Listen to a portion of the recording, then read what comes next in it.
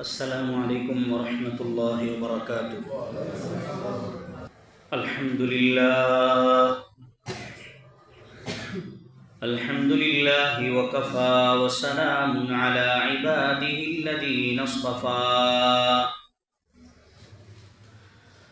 أما بعد فقد قال الله تبارك وتعالى في كلامه المجيد: أعوذ بالله من الشيطان الرجيم. بسم الله الرحمن الرحيم. اليوم أكملت لكم دينكم وأتممت عليكم نعمتي ورضيت لكم الإسلام دينا. وعن عبد الرحمن بن أبي بكرة عن أبيه أن رجلا سأل رسول الله صلى الله عليه وسلم: أي الناس خير؟ قال: طال عمره فحسن عمله. وسأل السائل: أي الناس شر؟ قال: من طال عمره وساء عمله، أو كما قال عليه الصلاة والسلام. صدق الله مولانا العظيم وصدق رسوله النبي الكريم، ونحن على ذلك لمن الشاهدين والشاكرين والحمد لله رب العالمين. دين দরদি ইসলাম প্রিয় মুসল্লি ভাইরা, কোরআনে কারীমের অত্যন্ত গুরুত্বপূর্ণ একটি আয়াতের একাংশ আমি আপনাদের সামনে পাঠ করেছি। যে আয়াতে আল্লাহ রাব্বুল আলামিন ইরশাদ করেছেন: আল ইয়াউমা আকমালতু লাকুম দীনাকুম ওয়া আতমামতু আলাইকুম নি'মাতি ওয়া রাদিতু লাকুমুল ইসলাম দীনা। রাসূলুল্লাহ সাল্লাল্লাহু আলাইহি ওয়াসাল্লাম যখন বিদায় হজের ভাষণে সমস্ত সাহাবায়ে কেরামকে একত্রিত করে বিদায়ী ভাষণ দিচ্ছিলেন, ওই সময় আয়াত পড়েছেন: আল ইয়াউমা আকমালতু লাকুম দীনাকুম ওয়া আতমামতু আলাইকুম নি'মাতি ওয়া রাদিতু লাকুমুল ইসলাম দীনা। আল্লাহ তাআলা বলেন, আজকের এই দিনে আমি তোমাদের জন্য দ্বীনকে পূর্ণ করে দিলাম। অর্থাৎ মুহাম্মদুর রাসূলুল্লাহ সাল্লাল্লাহু আলাইহি ওয়াসাল্লামের মাধ্যমে তোমাদেরকে যে দ্বীন দেয়া হলো, এটাই পূর্ণাঙ্গ দ্বীন। এরপরে আর অন্য কোন ধর্মের দ্বীনের অনুসরণের প্রয়োজন নেই। ওয়া আতমামতু আলাইকুম নি'মাতি, আর আমার নিয়ামত তোমাদের জন্য পূর্ণ করে দিলাম। ওয়া রাদিতু লাকুমুল ইসলাম দীনা, আল্লাহ তাআলা বলেন, তোমাদের জন্য দ্বীন হিসেবে ইসলামের উপরেই আমি সন্তুষ্ট থাকলাম। তাহলে আয়াতের এই এক অংশে যতটুকু আমি আপনাদের সামনে তেলাওয়াত করলাম এবং অনুবাদ করলাম, এই আয়াতাংশে তিনটি বিষয়ের মেসেজ রয়েছে। এক হলো, আল্লাহ তাআলা যে দ্বীন আমাদেরকে দিয়েছেন এটা পূর্ণাঙ্গ দ্বীন, যে দ্বীনে কমি খামি নুকস অসম্পূর্ণতা বলতে কোনো কিছু নেই। দুই নম্বর, আল্লাহ তাআলা তার নিয়ামত আমাদের জন্য বরাদ্দ করেছেন, সেটাও পূর্ণাঙ্গ রূপে করেছেন। তিন নম্বর, আল্লাহ তাআলা আমাদের জন্য দ্বীন হিসেবে ইসলামকেই পছন্দ করেছেন। প্রশ্ন হতে পারে, আজকে ডিসেম্বরের 26 তারিখে এই আয়াতে পড়ে কেন খুতবা শুরু করা হলো? এর অন্যতম কারণ হলো, আজকে 26শে ডিসেম্বর, 25শে ডিসেম্বর গতকালকে গেল, খুব তাড়াতাড়ি আসতেছে ডিসেম্বর মাসের শেষ তারিখ, যেটাকে আমাদের আজকালকার কালচার হয়ে গেছে, এমন সংস্কৃতি এমন হয়ে গেছে বিধর্মীদের সংস্কৃতি, তাহজিব, তামাদ্দুন, সভ্যতা, এটা কেমন যেন এখন মুসলমানের সভ্যতায় পরিণত হয়েছে। তাই আল্লাহ রাব্বুল আলামিন আমাদের জন্য ইসলামকে মনোনীত করেছেন, নেয়ামতকেও পূর্ণ করে দিয়েছেন। তাহলে আমাদেরকে যে দিন রাত দিলেন এটা পূর্ণ, নতুন করে আর কোনো রাত আমাদের জন্য উদযাপনের দরকার নেই। খুশি এবং আনন্দ উদযাপনের জন্য যে সকল রাত দরকার আল্লাহ তাআলা আমাদেরকে যথেষ্ট দিয়েছেন। আমাদের আনন্দ ফুর্তি ফাট্টা করার জন্য আমাদের ধর্ম ভিন্ন অন্য কোনো ধর্মের থেকে ধার ভিক্ষা করার দরকার নেই। ওই দিকেই, ওই বিশেষ এক রাত্রের দিকে ইঙ্গিত করত আমি আপনাদের সামনে এই আয়াত দিয়ে আজকের আলোচনা শুরু করতে যাচ্ছি। এক আয়াত আল্লাহ তাআলা বলেন, হুয়াল্লাযী জাআলা আশ-শামসা দিয়াআ। আল্লাহ তাআলা বলেন, স্রষ্টা তিনি যিনি সূর্যকে আলোকিত করেছেন, ওয়াল কামারা নূরা, চন্দ্রকে আলোকিত করেছেন, আর এই চাঁদ এবং সূর্য এই দুটোকেই আমাদের জন্য দিন রাত, সপ্তাহ, মাস, বছর, শতাব্দী গণনা করার সুবিধার্থে দিয়েছেন। সূর্যের সাথে সম্পৃক্ত যেই গণনা তাকে খ্রিস্টাব্দ বলে, চাঁদের সাথে সম্পৃক্ত যেই গণনা তাকে হিজরি বলে। তাহলে আমাদের কাছে বছরের হিসাব কয়টা হয়? দুইটা। একটাকে আমরা বলি ইংরেজি আর একটা বলি আরবি। ইংরেজির সম্পর্ক কার সাথে? খ্রিস্টাব্দের সাথে। আর খ্রিস্টাব্দের সম্পর্ক সূর্যের সাথে, আর হিজরির সম্পর্ক চাঁদের সাথে। তাহলে আল্লাহ রাব্বুল আলামিন আমাদেরকে যে দিন রাত দিলেন, আর এই দিন রাত এটাকে আমরা গণনা করতে পারি কিসের মাধ্যমে? চাঁদ সূর্যের মাধ্যমে। চাঁদ সূর্যের মাধ্যমে। তাই আমাদের মাঝে দুইটা গণনা প্রচলিত। একটা হলো সূর্যের হিসাবে খ্রিস্টাব্দের গণনা, আর একটা হলো চাঁদ হিসেবে হিজরির গণনা।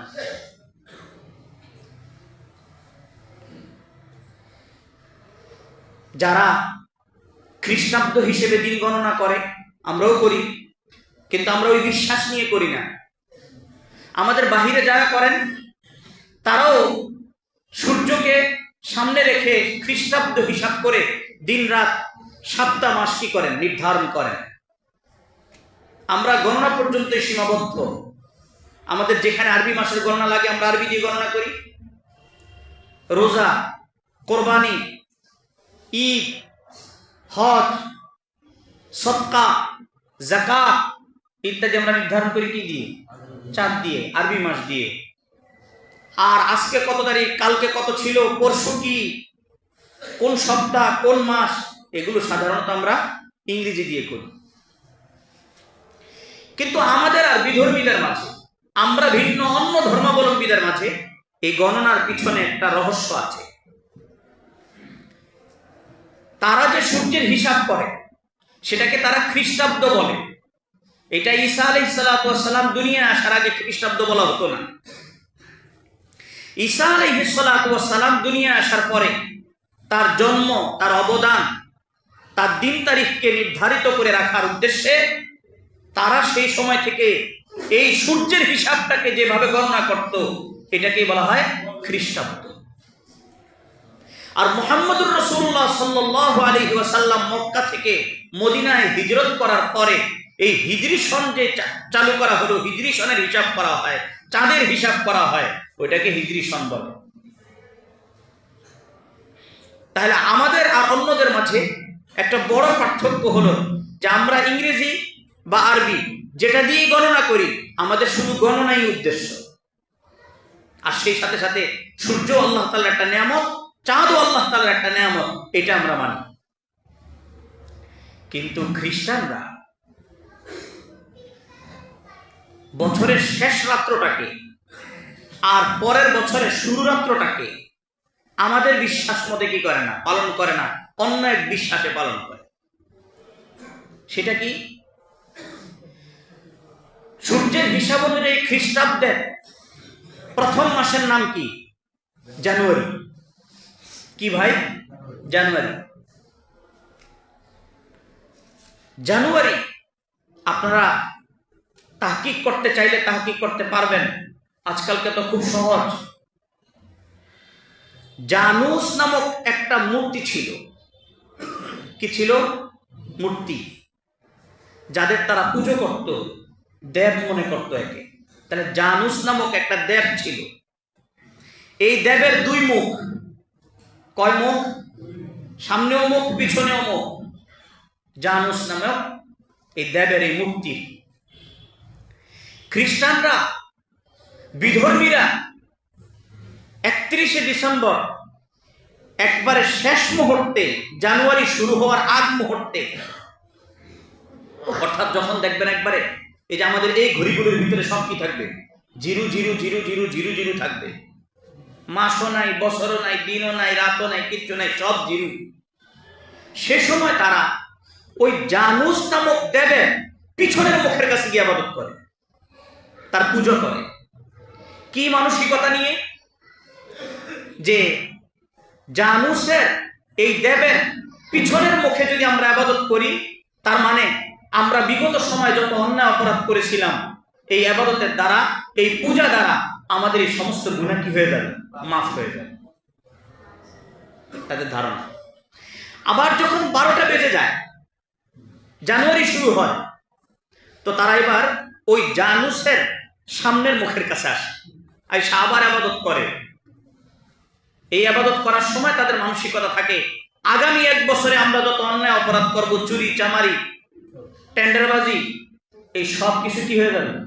মাফ হয়ে যাবে, জানুসের সামনের দিকে, সামনের মুখে ইবাদত করার কারণে। ওই জানুসের নামে তারা ইংরেজি গণনার প্রথম মাসের নাম রেখে দিয়েছে কি বলে? জানুয়ারি বলে। কথা কি বুঝে আসতেছে?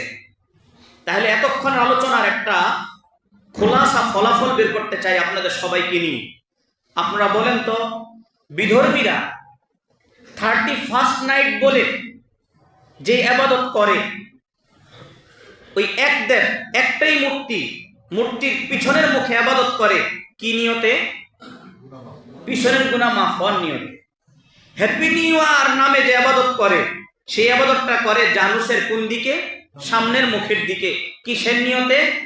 যে আগামী 1 বছরের যে গুনাহ করব সেগুলো কি হয়ে যাবে? মাফ হয়ে যাবে। তাহলে জানুসের দুই মুখওয়ালা দেবের সামনে এবং পিছনে ইবাদত করে আগে পিছের গুনাহ ক্ষমার জন্য। এরপরে গুনাহ টুনা ক্ষমা করে এবার ইচ্ছা মতো নাচ গান করে। ইচ্ছা মতো কি করে? নাচ গান করে। কেন? ওই যে সার্টিফিকেট মিলে গেছে, আগে যা করছে সেটাও মাফ, আর আগে যে যা করবে উল্টা পাল্টা সব কি মাফ হয়ে গেছে। এই ধারণাকে সামনে রেখে তারা এবার ইচ্ছা মতো নাচ গান, নগ্নতা, আর যা নারীবাদী ইত্যাদি যা যা করা লাগে সব করে, আর নিরহ মানুষগুলোর ঘুম নষ্ট করে।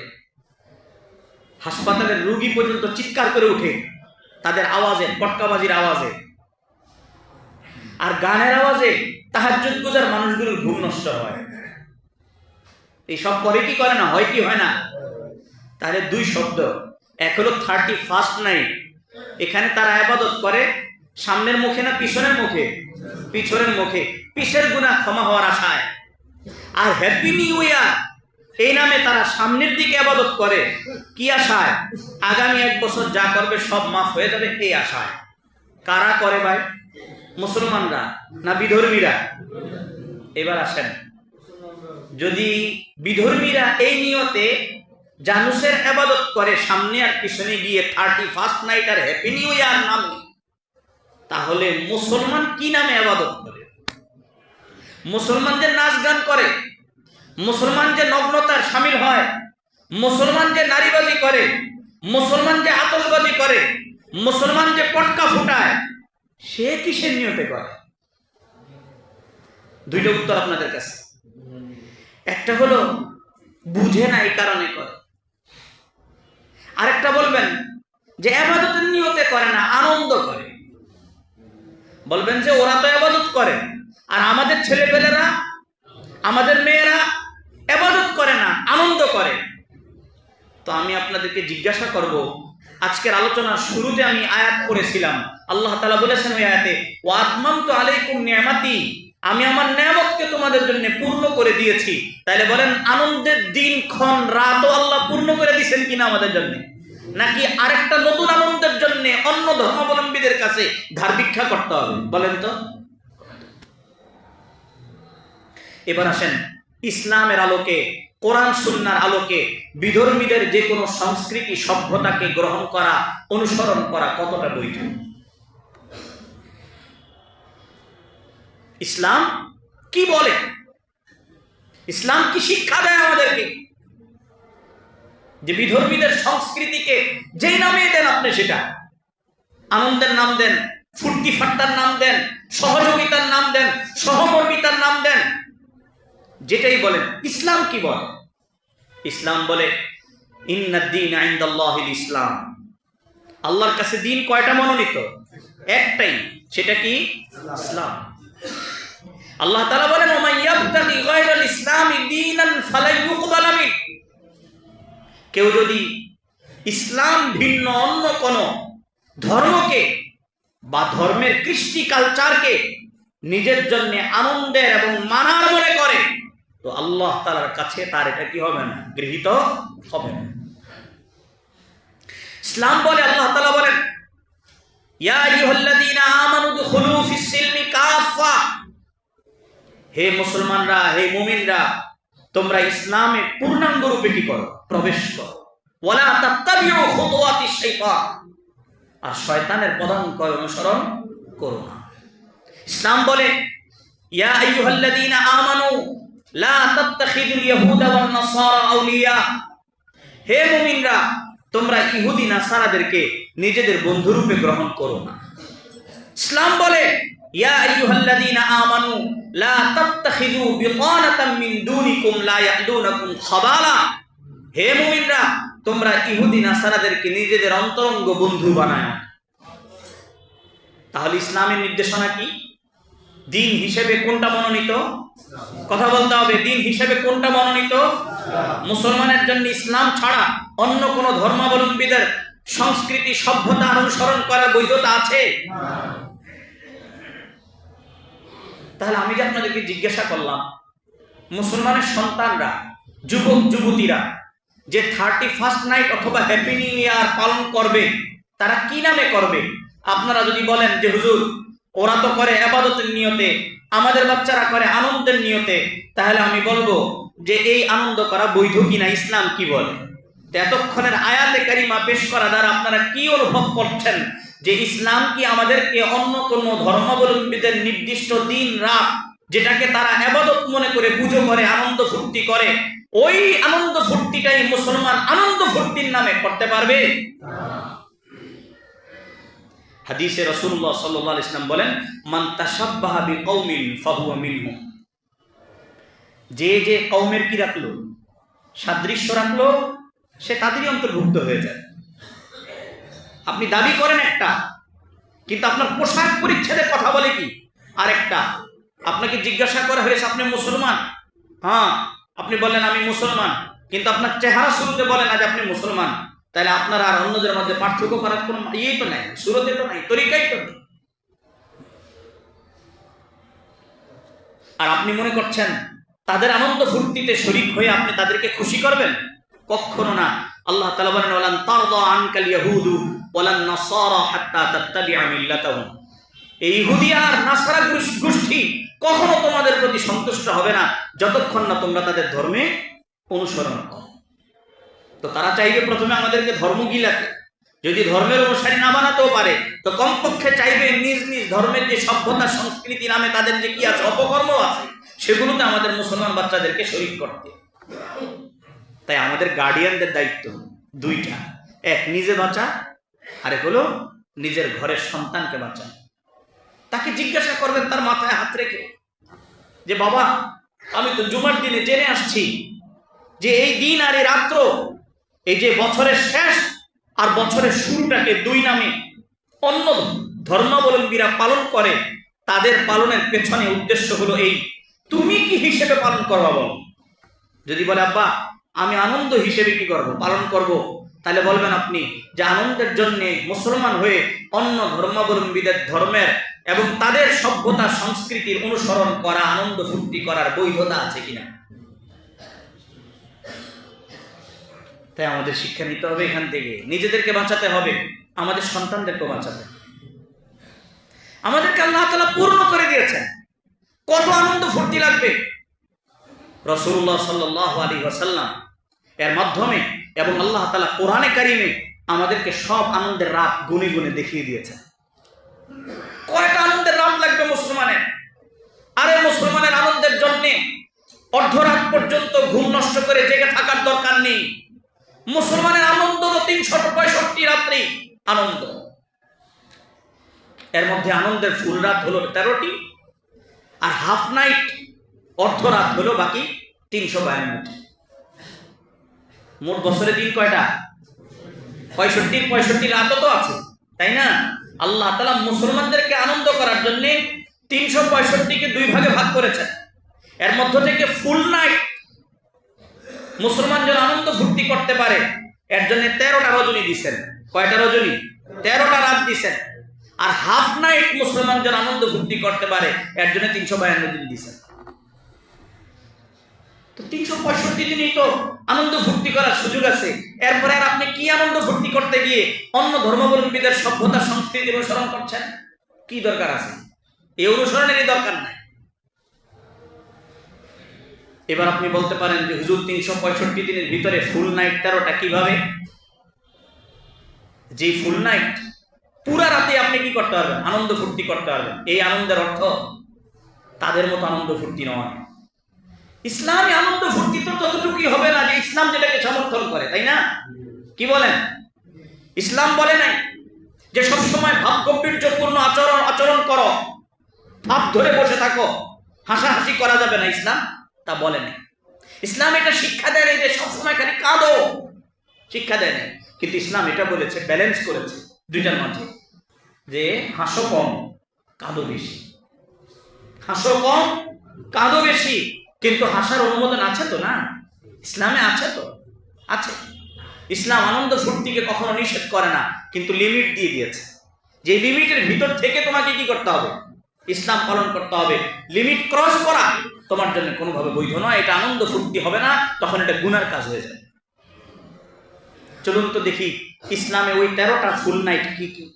যে ফুল নাইটে আল্লাহর ইবাদতের মাধ্যমে মুসলমানকে এই রাত যাপন করার জন্য এবং আল্লাহর ইবাদতের মাধ্যমে আল্লাহকে সন্তুষ্ট করার মাধ্যমে এই রাতে মুমিনদের খুশির রাত কিভাবে। প্রথম রাত যেটা, সেটা হলো রমজান মাসে লাইলাতুল কদর। 13 রাতের প্রথম রাত কিসে? আনন্দের। আরে মুসলমানের আনন্দ কিসে? গান বাজনা নয়। মুসলমানের আনন্দ নর্তকীদের নাচে নয়। মুসলমানের আনন্দ অন্যদের সভ্যতা সংস্কৃতি পালনে নয়, বরং মুসলমানের আনন্দ হলো গুনাহ ক্ষমা করা, জান্নাতে তাদের পদমর্যাদা বৃদ্ধি পাওয়া। এটা হলো মুসলমানদের আনন্দ।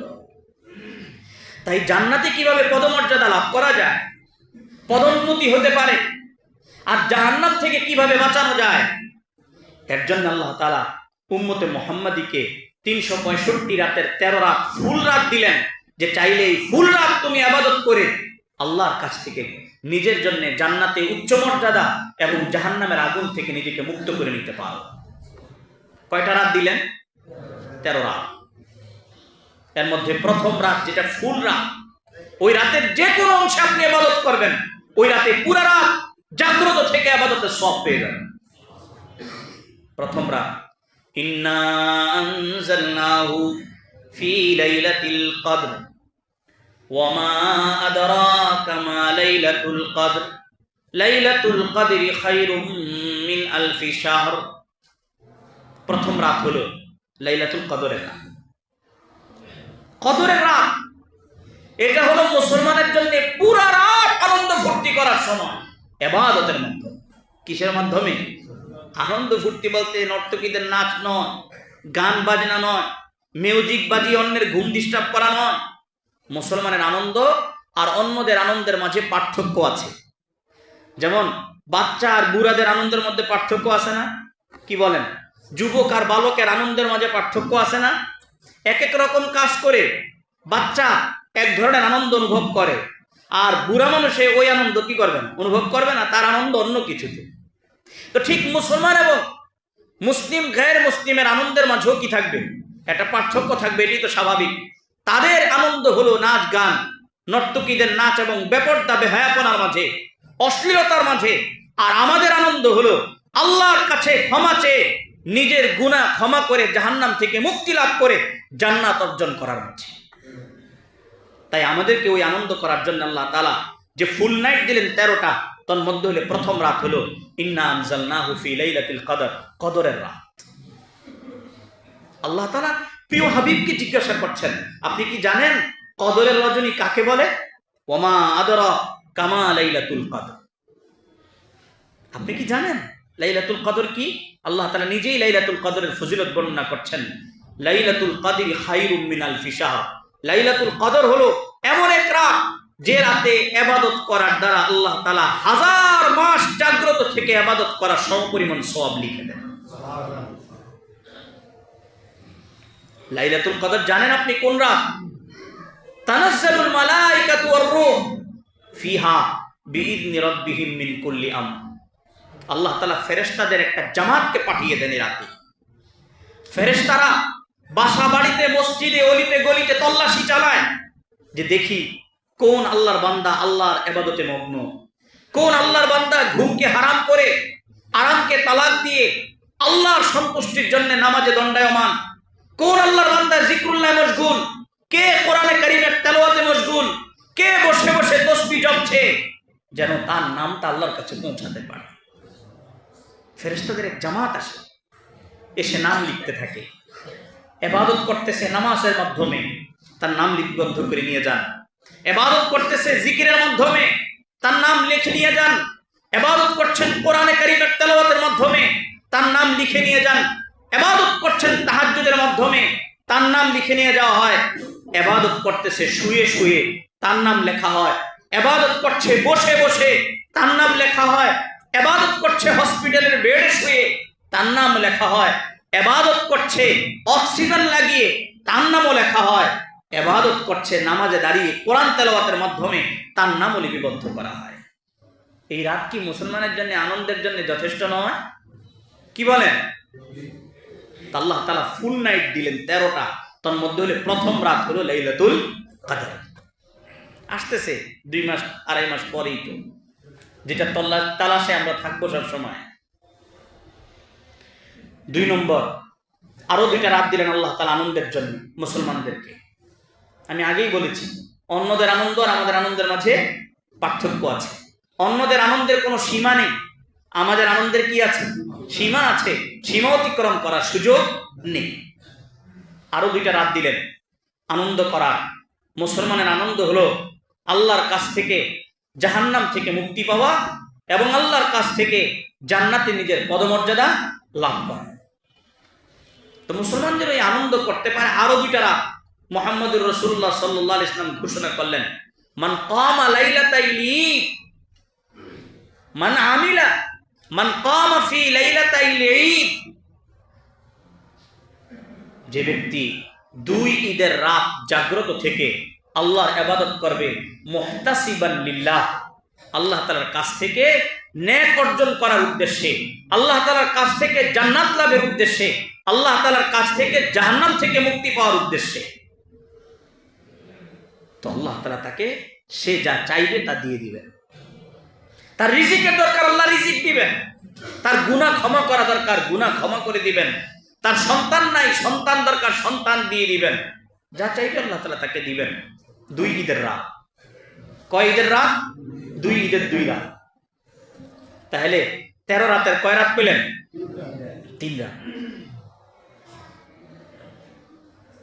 রাসূলুল্লাহ সাল্লাল্লাহু আলাইহি ওয়াসাল্লাম ইরশাদ করেছেন আরো বাকি 10 রাতের হিসাব, মা মিন আইয়ামিন আল আমালুস সালিহু ফীহিন আহাব্বু ইলাল্লাহি মিন হাযিহিল আইয়ামিল 10।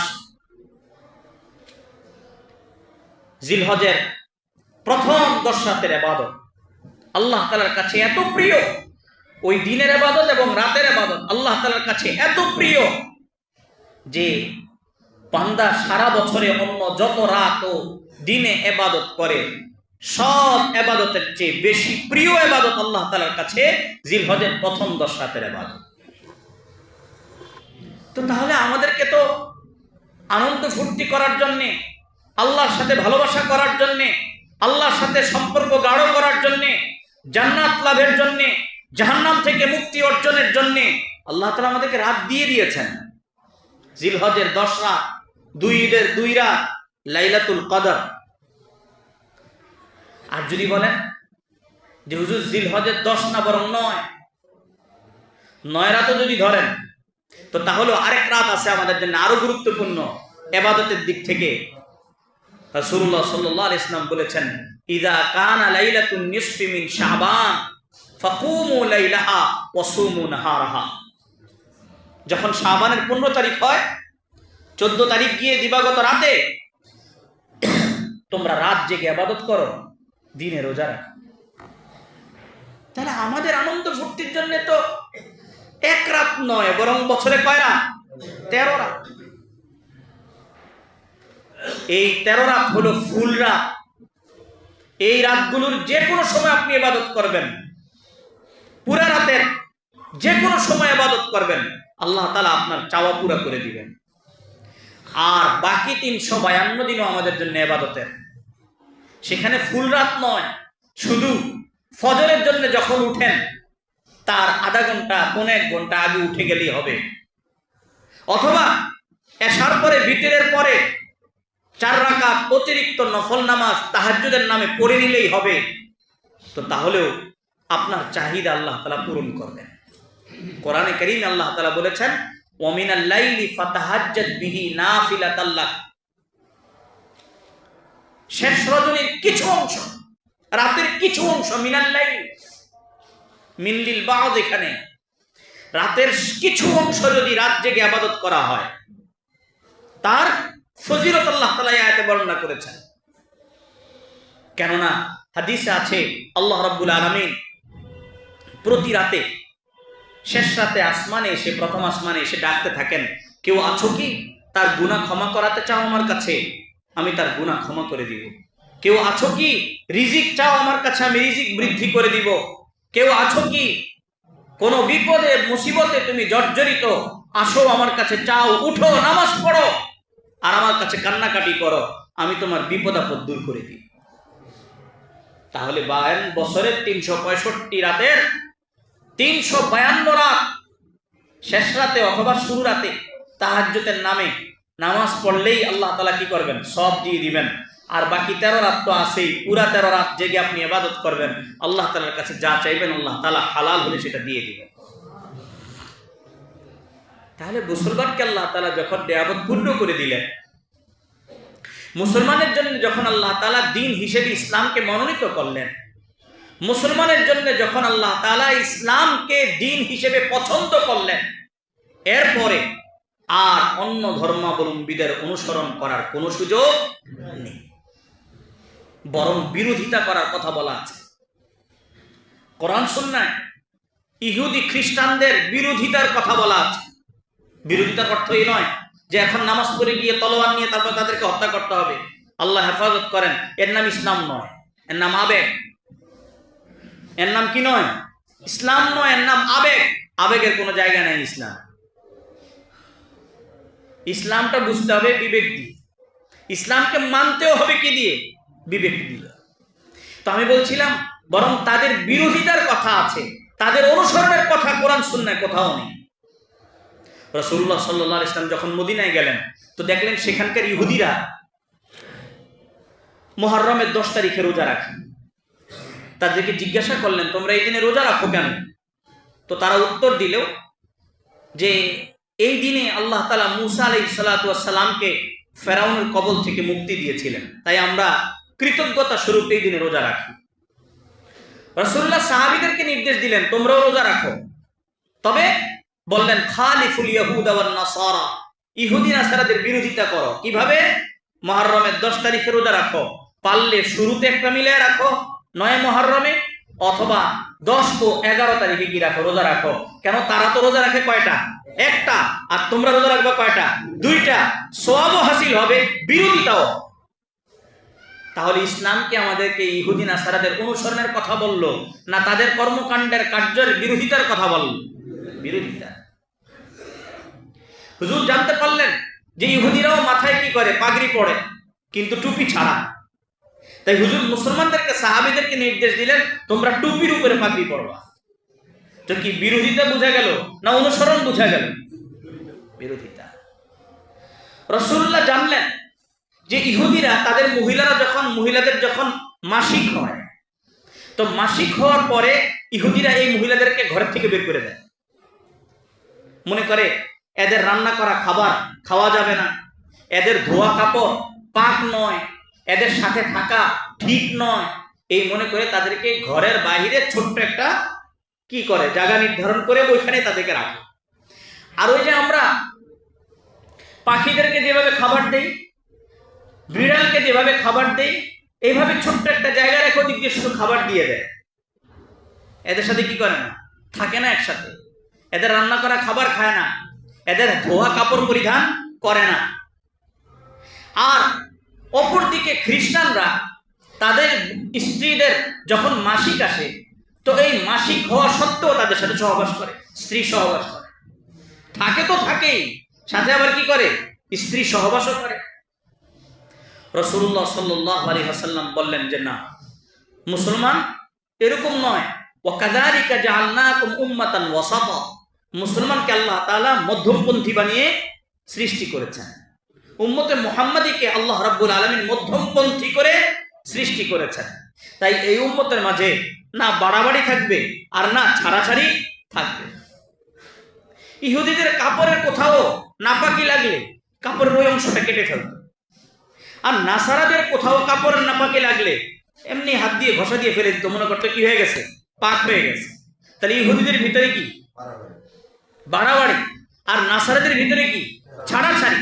মুহাম্মদুর রাসূলুল্লাহ সাল্লাল্লাহু আলাইহি ওয়াসাল্লাম বললেন যে না, কাপড়ে নাপাকি লাগলে ঘষে মেজে 3 বার কি করো? ধুয়ে নাও, বাস। এরপরে কি হয়ে যাবে? পাক হয়ে যাবে। কাপড় কাটারও দরকার নাই, নাপাক সহ থাকারও দরকার নেই। ওরা নাপাক জায়গাটা কেটে ফেলে আর এরা নাপাক সহ থেকে যায়। আর উম্মতে মুহাম্মাদী নাপাক অংশ কাটেও না, নাপাক নিয়ে থাকেও না, বরং কাপড়ের জায়গায় থাকে, 3 বার ধুতে করে নেয়। ব্যালেন্স করো। ঠিক ওই মহিলা যাদের মাসিক হয় তাদের ব্যাপারও ব্যালেন্স করা হলো যে না, তাদের জন্য আলাদা ঘর নয়, নিজেদের ঘরেই থাকবে। তাদের হাতের খাবার পাকানো খাবার হারাম নয়, খাওয়া যাবে। তাদের ধোয়া কাপড় নাপাক নয়, পাক থাকবে। হ্যাঁ, ব্যালেন্স হলো এই যে তাদের সাথে স্ত্রী সহবাস করা যাবে, থাকবে একসাথেই, কিন্তু কি স্ত্রী সহবাস করা যাবে। ইসলাম ব্যালেন্স করে। কিসের জন্য? ইহুদি নাসারাদের বিরোধিতার। কিসের জন্য? বিরোধিতার জন্য। আমি বলছিলাম যে কোরআন এবং সুন্নাহ আমাদেরকে ইহুদি নাসারাদের কর্মকাণ্ডের বিরোধিতার নির্দেশ দেয়, অনুসরণের নয়। কিসের নির্দেশ দেয়? বিরোধিতার। কিসের নয়? অনুসরণের নয়। তাই এখানে হুজুর সাল্লাল্লাহু আলাইহি ওয়াসাল্লাম বললেন যে কাপড়ে নাপাক লাগলে কাটারও দরকার নাই, নাপাক লাগলে নাপাক নিয়ে থাকারও দরকার নেই। স্ত্রীর যদি মাসিক হয় তাকে ঘর থেকে বের করারও দরকার নেই, আবার তার সাথে স্ত্রী সহবাস করারও সুযোগ নেই। থাকবে, তার রান্না করা খাবার খাবে, তার ধোয়া কাপড় কি হবে?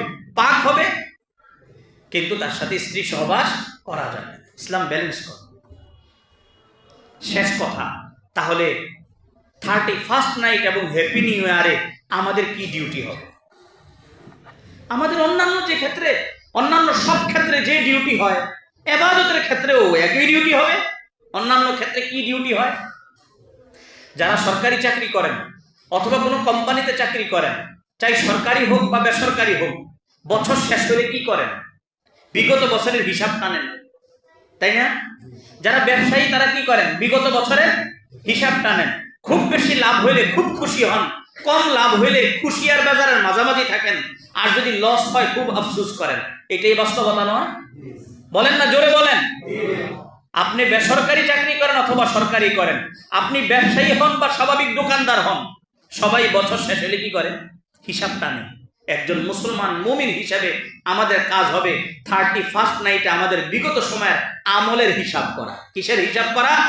আমলের হিসাব করা। যদি খুব বেশি ইবাদত করতে পারি খুব খুশি হব এবং আল্লাহ তাআলার কাছে আরো ইবাদত করার জন্য তৌফিক চাবো। আর যদি মাঝামাঝি থাকে তাহলে কম খুশি কম বেজারের মাঝামাঝি থাকবো। আর যদি একবারে লসে থাকি ইবাদতের ক্ষেত্রে তাহলে আল্লাহর কাছে আফসোস করে বিগত সময়ের জন্য ক্ষমা চেয়ে আগামী দিনের জন্য আল্লাহর কাছে তৌফিক চাবো। দুনিয়ার অন্যান্য সব ক্ষেত্রে 31st নাইট এবং হ্যাপি নিউ ইয়ারে যা করি, এই ক্ষেত্রেও ইবাদতের ক্ষেত্রেও আমরা তাই করব। হযরত আব্দুল্লাহ ইবনে ওমর রাদিয়াল্লাহু তাআলা আনহু বলেন, ইযা আমসাইতা ফালা তানতাযিরিস সাবাহ ওয়া ইযা আসবাহতা ফালা তানতাযিরিল মাসা ফাইন্নাকা লা তাদরি ইয়া আব্দুল্লাহ মাসমুকা গাদা। আব্দুল্লাহ ইবনে ওমর রাদিয়াল্লাহু তাআলা আনহু বলেন, তুমি যখন আজকে বিকাল করতে পারলা, সন্ধ্যা করলা, তো তুমি নিশ্চিত থেকো না যে আগামীকাল সকালেও তুমি কি থাকবা? জীবিত থাকবা। আবার আগামীকাল সকাল পর্যন্ত তোমার জীবন যদি আল্লাহ তাআলা বাড়িয়ে দেন, হায়াত বৃদ্ধি করে দেন, তাহলে অপেক্ষায় থেকো না যে বিকাল পর্যন্ত তোমার হায়াত কি হবে? থাকবে। কেন? হে আব্দুল্লাহ, তুমি জানো না কালকে তোমার নাম কি বলে মাইকে ঘোষণা হবে? তুমি জানো না যে কালকে মাইকে তোমার নামে কি ঘোষণা করা হবে? ইয়া আব্দুল্লাহ ফাইন্নাকা লা তাদরি আমাসমুকা গাদা, কেননা তুমি জানো না কালকে তোমার নাম কি হবে, কি মৃত না জীবিত। আমরা কেউ জানি আমাদের আজকে আসরের নামাজ কেউ পড়তে পারবো? কেউ নিশ্চিত বলতে পারবেন? আজকালকে এই বিষয়টা বোঝা খুব সহজ। ওই যে বিভিন্ন অ্যাটাক আসছে না, অ্যাটাক, ওই অ্যাটাকের কারণে এখন সবাই বুঝে খুব সহজে যে অ্যাটাক হইলে আর কি শেষ। আর যদি অ্যাটাকের পরে আইসিইউতে ঢুকায় তো তার কথাই নেই, অর্ধেকের বেশি 70% কি শেষ। ফিরে আসলে আল্লাহর কাছে শুকরিয়া আদায় করে, বেশিরভাগ ভিতরে থেকে লাশ হয়ে আসে। এটা বোঝা সহজ হয়েছে যে মৃত্যুটা যে কত সহজ, যে কোনো সময় যে কাউকে পেয়ে বসতে পারে, কিচ্ছু লাগে না। আর অ্যাক্সিডেন্টের বিষয় আইসা তো আরো সহজ হয়ে গেছে। ভালো মানুষ নামাজ পড়ে বাসায় যাচ্ছে, একটা বাজার সাথে হাতে আছে, পিছন দিয়ে এসে কি করলো? মেরে দিল, লাগাই দেওয়ার পর ওইখানে ফিল্ডে কি স্পটে শেষ। আর হসপিটাল নিতে হয়। তো কোথায় আসর? তো জুমার সময় যে লোকটার নাম ছিল জীবিত, আসরের মাইকে তার নাম হয় কি মৃত। এই জন্য আব্দুল্লাহ ইবনে ওমর বলেছেন, ইযা আমসাইতা ফালা তানতাযিরিস সাবাহ ওয়া ইযা আসবাহতা ফালা তানতাযিরিল মাসা ফাইন্নাকা লা তাদরি ইয়া আব্দুল্লাহ মাসমুকা গাদা। তুমি সকাল করলে সন্ধ্যার অপেক্ষা করো না, সন্ধ্যা করলে সকালের অপেক্ষা করো না, জানো না তোমার নাম কালকে কি হিসেবে পরিচিত হবে। হযরত ওমর ইবনে খাত্তাব রাদিয়াল্লাহু তাআলা আনহু বলেছেন, হাসিবু আনফুসাকুম ক্বাবলা আন তুহাসাবু। মুমিনদেরকে উদ্দেশ্য করে বলেছেন, তোমরা তোমাদের নিজেদের হিসাব কিতাব নিজেরাই করে ফেলো আখিরাতে হিসাব হওয়ার আগে আগে, মানে মৃত্যুর আগে আগে। ওয়াজিনু আনফুসাকুম ক্বাবলা আন তুজানাল আমাল, নিজেদের আমলনামা নিজেরাই মাপ করে দেখো প্রতিদিন। ওই হিসাবের পাল্লায় তোমাদের ওজন করার আগে আগে। তাই আমি যে হাদিস পড়েছি, হুজুর সাল্লাল্লাহু আলাইহি ওয়াসাল্লামকে এক ব্যক্তি জিজ্ঞাসা করেছেন, হে আল্লাহর রাসূল, মানুষের মধ্যে সবচেয়ে ভালো মানুষ কে? আইয়ুন নাসি খায়রুন, হুজুর মানুষের মাঝে শ্রেষ্ঠ মানুষ কে? রাসূলুল্লাহ সাল্লাল্লাহু আলাইহি ওয়াসাল্লাম বলেছেন, মান তালা উমরুহু ফাহাসুনা আমালু, ওই ব্যক্তি হলো শ্রেষ্ঠ মানুষ যে দীর্ঘ হায়াত পেয়েছে আর তার আমলটা ভালো হয়েছে।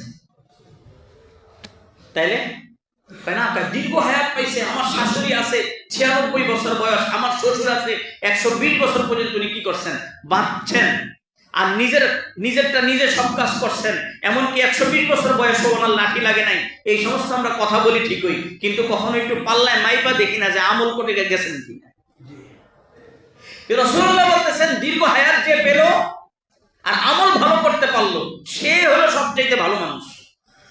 তো সাহাবী আবার জিজ্ঞাসা করছেন, ইয়া রাসূলুল্লাহ আইয়ুন নাসি শাররুন, হুজুর সবচেয়ে নিকৃষ্ট মানুষকে? হুজুর বললেন, মান তালা উমরুহু ওয়া সাআ আমালু, যে ব্যক্তির জীবন তো সে পাইল অনেক দিন কিন্তু আমল একবারে খারাপ। আমল কি খারাপ। মুহতারাম দুস্থ বুজুর্গ আজিজো, আমাদের এখন কাজই একটা 31st নাইটে আমাদের হিসাব করা বিগত বছরের, আর হ্যাপি নিউ ইয়ারে 12টা 1 মিনিটে হিসাব করা আগামী বছরে, যে আগামী বছরে আমার বিগত বছরের আমল নামা হলো এই, আগামী 1 বছরে আমার আমলকে কিভাবে কি করতে পারি, বাড়াতে পারি। মুমিনের দায়িত্ব হলো এইটা। মুমিনের দায়িত্ব ছাদে পটকাবাজি নয়, মুমিনের দায়িত্ব আতশবাজি নয়, মুমিনের দায়িত্ব মানুষের ঘুম হারাম করা নয়, মুমিনের দায়িত্ব নর্তকীদের নাচে অংশগ্রহণ করা নয়, মুমিনের দায়িত্ব গান বাজনায় অংশগ্রহণ করা নয়।